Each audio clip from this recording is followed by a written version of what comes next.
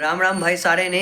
तो ये ट्रेंड थोड़ा पुराना हो गया है, लेकिन अपने सभी कार्य को परमात्मा का नाम लेके ही शुरू करना चाहिए। तो ये हमारा पहला लर्निंग वीडियो है। तो इसमें हम लोग पढ़ेंगे वर्ल्ड मार्शल आर्ट्स फॉर्म के बारे में, जो पूरे दुनिया में फेमस है।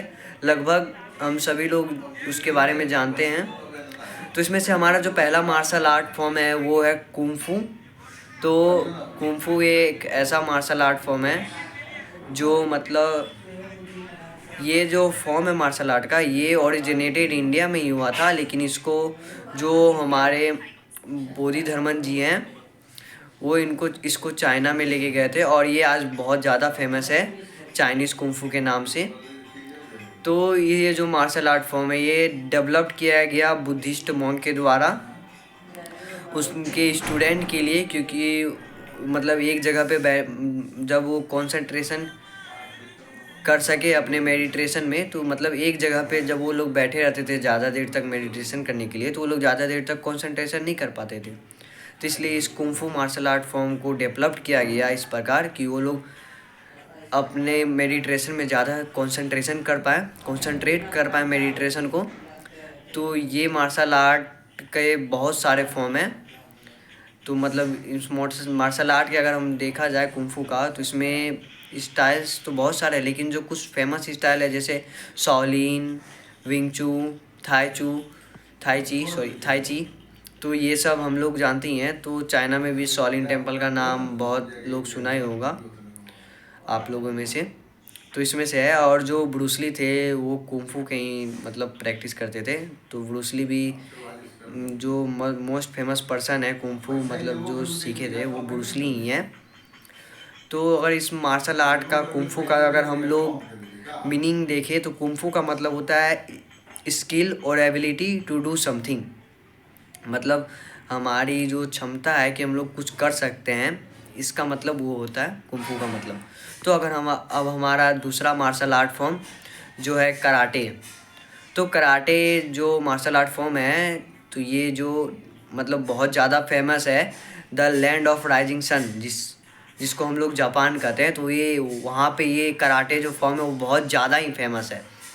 तो कराटे जो है इसमें हम लोग मतलब इसका बहुत सारा स्टाइल है, लेकिन इसको जो फेमस स्टाइल मतलब जो विशिष्ट है जिसको हम लोग कर सकते हैं स्पेशल, वो है किकिंग एंड हैंड। मतलब किकिंग होता है तो आप लोग पता ही होगा ना, किक और हैंड का जो होता है वो मतलब इसमें बहुत ज़्यादा फेमस है।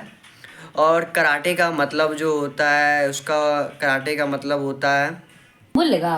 तो उस कराटे का मतलब होता है इम्पटी हैंड। कारा मीन्स होता है इम्पटी एंड टे मीन्स होता है हैंड। तो that's why karate means empty hand.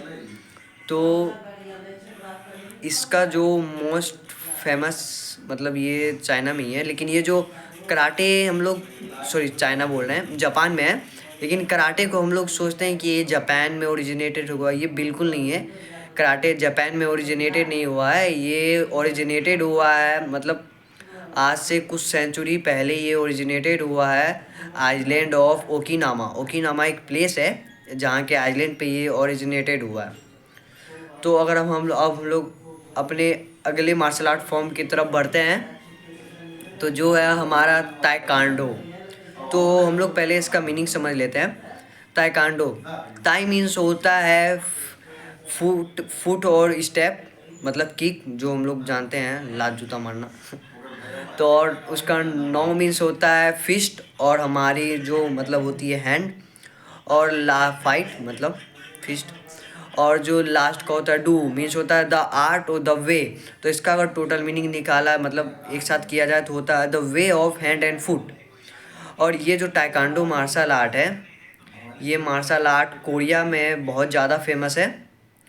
इसको कोरिया में बहुत ज़्यादा ही मतलब फेमस किया गया। और इसमें टाइकांडो में जो सबसे मतलब जो कुछ टेक्निक्स होते हैं, उसमें जो टेक्निक्स आता है पहला जो होता है स्वीप।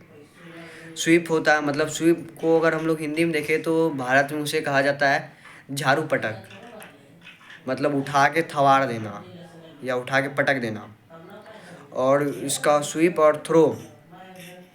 और ताइक्वांडो ये बहुत ही मतलब अच्छा मार्शल आर्ट है, क्योंकि इससे ये स्पोर्ट भी है और ये एक्सरसाइज दोनों में आता है। और ये अभी ओलंपिक गेम में भी है, ओलंपिक स्पोर्ट में भी मतलब ताइक्वांडो है। हमारा जो नेक्स्ट मार्शल आर्ट आता है वो है जूडो। तो जूडो जो मार्शल आर्ट है ये बहुत फेमस है जापान में। तो ये ओरिजिनेटेड भी जापान में ही हुआ है। तो इसका मीनिंग होता है जेंटली वे, जिसको अगर हिंदी में हम लोग देखते हैं तो कहा जाता है विनम्रता से। तो आखिर इसको जेंटली वे ही क्यों कहा जाता है? तो इसको जेंटली वे इसलिए कहा जाता है क्योंकि इसमें 2 पार्टिसिपेंट्स होते हैं, और फर्स्ट पार्टिसिपेंट जो है मतलब अपने अपोनेंट के स्ट्रेंथ और उनके जो स्किल्स है उन्हीं के खिलाफ यूज़ करते हैं, मतलब उन्हीं के अगेंस्ट में यूज़ करके उनको डिफेक्ट करने के लिए उन्हीं के अगेंस्ट में यूज़ करते हैं, और उन्हीं से वो अपना एडवांटेज लेते हैं, इसलिए इसको जेंटली वे कहा जाता है। और इसमें स्वीप एंड थ्रो कहा जाता है। मैंने गलती से आपको ताइक्वांडो में बता दिया। ताइक्वांडो का जो मोस्ट फेमस मतलब जिसके कारण वो बहुत ज़्यादा फेमस वो है powerful kick and hand strike, उसके कारण वो फेमस है। मैंने आपको स्वीप बता दिया, झाड़ू पटक के बारे में। तो झाड़ू पटक जूडो में यूज होता है। तो अब हमारा जो अगला मार्शल आर्ट है वो है ब्राज़ीलियन जित्सु। ब्राज़ीलियन जित्सु। तो ये जो मार्शल आर्ट है it is well known for mixed martial art fighter. तो MMA जो आप जानते हैं ये मिक्स मार्शल आर्ट, तो मिक्स मार्शल आर्ट फाइटर के कारण ये पूरे दुनिया में फेमस है। तो ताइक्वांडो बोल रहा हूँ। ये जो मार्शल आर्ट है ब्राज़ीलियन जित्सु ब्राज़ीलियन का है, ब्राज़ील में बहुत फेमस मार्शल आर्ट है ये। और इसमें जो होता है ये जो मार्शल आर्ट है ये पहले हम लोग समझते हैं ये मार्शल आर्ट आया कहाँ से। तो ये मार्शल आर्ट जापान का जूडो जो है अभी हम लोग जिसके बारे में पहले पढ़े उसी से ये मतलब बूढ़ो किया गया है, मतलब उधार लिया गया, जिसको हम लोग कहते हैं कि चोरी करके उसी से बनाया गया है ये मार्शल आर्ट। तो इस मार्शल आर्ट में जो पर्सन होते हैं उसमें ग्राउंड फाइटिंग और ग्रैपलिंग मतलब दाब के उसको कूद जाते हैं। तो ऐसा मार्शल आर्ट हो कि मुंह कान फूटा तो फूटा जाने दो। तो ग्राउंड फाइटिंग मतलब वो लोग पैर नीचे से ही मारते हैं, मतलब पहले उसको क्या करा जाता है कि चित किया जाता है, उसके बाद उसको दबा के रखा जाता है ताकि वो हिल डुल ना कर पाए, और उसको कुछ समय तक रखने के बाद वो डिफेक्ट हो जाता है। जैसे हम लोग के भारत में कुश्ती होता है सेम उसी प्रकार का ये मार्शल आर्ट है, लेकिन इसमें लात जूता सब चलता है, लेकिन हम लोग का कुश्ती में नहीं चलता है। और अब हमारा जो नया अगला मार्शल आर्ट है उसका नाम है कैपोएइरा। ये जो मार्शल आर्ट है ये मार्शल आर्ट भी ब्राज़ील का ही है। तो ब्राज़ील का ये भी बहुत फेमस मार्शल आर्ट है, और ये ओरिजिनेटेड भी ब्राज़ील में ही हुआ है। तो इस मार्शल आर्ट में आखिर होता क्या? तो ये मार्शल आर्ट फेमस है इसके डांस फॉर्म के लिए, क्योंकि इस मार्शल आर्ट में लोग मतलब ऐसा लगता है कि जैसे डांस कर रहा है, इसलिए मार्शल आर्ट फेमस है। और इस मार्शल आर्ट में भी 2 पार्टिसिपेंट्स होते हैं, और म्यूजिक एंड ड्रम जो होता है बैकग्राउंड में इसके बजाया जाता है रायथम के तौर पे, क्योंकि ये डांस की तरह कर करके इस मार्शल आर्ट को किया जाता है। और इस मार्शल आर्ट में लेकिन ये मार्शल आर्ट जो है ये क्रिएटेड किया गया है मतलब 19th सेंचुरी में अफ्रीकन स्लेव्स में, मतलब एक अफ्रीकन स्लेव्स के द्वारा ये क्रिएटेड किया गया है 19th सेंचुरी में। तो इस मार्शल आर्ट में किक हो गया, फिर हो गया स्ट्राइक, ये सभी किया जाता है। तो अब हमारा जो अगला मार्शल आर्ट है उसका नाम है, इसका बहुत सारा नाम है, तो पहला इसका नाम जानते हैं। तो इसका नाम है करीमा इसका नाम है। तो इसको हम लोग कहा जाता है अर्निस और काली भी कहा जाता है इस मार्शल आर्ट को, अर्निस और काली। ये मार्शल आर्ट फिलिस्पीन का है, मतलब ये इसको कहा जाए तो ये national martial art of Philippines है, फिलिस्पीन का नेशनल मार्शल आर्ट है। इस मार्शल आर्ट में तो ये मार्शल आर्ट अपने वेपन्स के लिए जाना जाता है।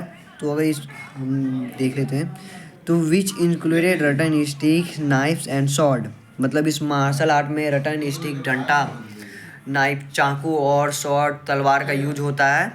Fighter use intricated footwork, strength, blocking and disarming to take out opponent.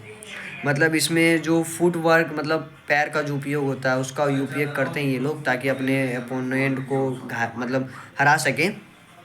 तो अब हमारा जो दूसरा अगला मार्शल आर्ट है वो है मायू थाई।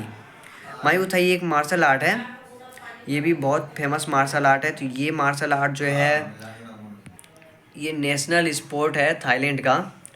तो ये मार्शल आर्ट जो है उसमें किकिंग बॉक्सिंग किया जाता है, मतलब इसमें किक और बॉक्सिंग, इसमें हाथ और पैर मतलब इस सब का यूज़ किया जाता है। तो इस मार्शल आर्ट में होता है कि इसमें पूरा फ्री होता है कि आप लोग फाइट का यूज़ करें, एल्बो का यूज़ करें, नी का यूज़ करें, किक का यूज़ करें, किसी का भी यूज़ करके इसमें मार पीट कर सकते हैं, मतलब बिंदास कूटो, कोई टेंशन नहीं है। तो ये मार्शल आर्ट थोड़ा डेंजरस भी हो सकता है, क्योंकि इसमें बहुत बार गलत जगह पे चोट लग जाने पे फिर आदमी का ऊपर का भी टिकट कट सकता है। तो ये मार्शल आर्ट बहुत डेंजरस है, लेकिन इसको लोग करते हैं। तो ये मार्शल आर्ट जो है वो अलग है वेस्टर्न किक बॉक्सिंग से, क्योंकि इसमें सब चीज़ चलता है, लात जूता मारो, जैसे मारो, जहाँ मारो तहाँ मारो, जो करना है। तो और हमारा जो नया मार्शल आर्ट मतलब अगला जो मार्शल आर्ट है वो है क्रावा मेगा। क्रावा मेगा एक मार्शल आर्ट है जो इज़राइल में डेवलप किया गया था। ये ऑफिशियली एक सेल्फ डिफेंस मार्शल आर्ट है ये, क्योंकि एक स्पोर्ट नहीं है, ये सेल्फ डिफेंस मार्शल आर्ट है। तो इस मार्शल आर्ट को मतलब अपनाया गया वहाँ के मिलिट्री और पुलिस फोर्स के द्वारा सेल्फ डिफेंस करने के लिए। ये मार्शल आर्ट रियल लाइफ में मतलब इसका यूज होता है। अगर किसी को मतलब इसमें देखते होंगे कि अगर कोई पकड़ ले रहा है तो उसको ऐसे करके कैसे कैसे किया जाता है, पहले हाथ पे मारा जाता है, फिर उसको मुंह फोड़ा जाता है। तो ऐसे ही करके ये सेल्फ डिफेंस मार्शल आर्ट है। तो इसके बारे में हम ज़रा देखते हैं। It has been adopted by military units and police force around world for its effectiveness. The martial art is not a sport but has a specific focus on self-defense in a real-life applications. Concentration and inflicting maximum damage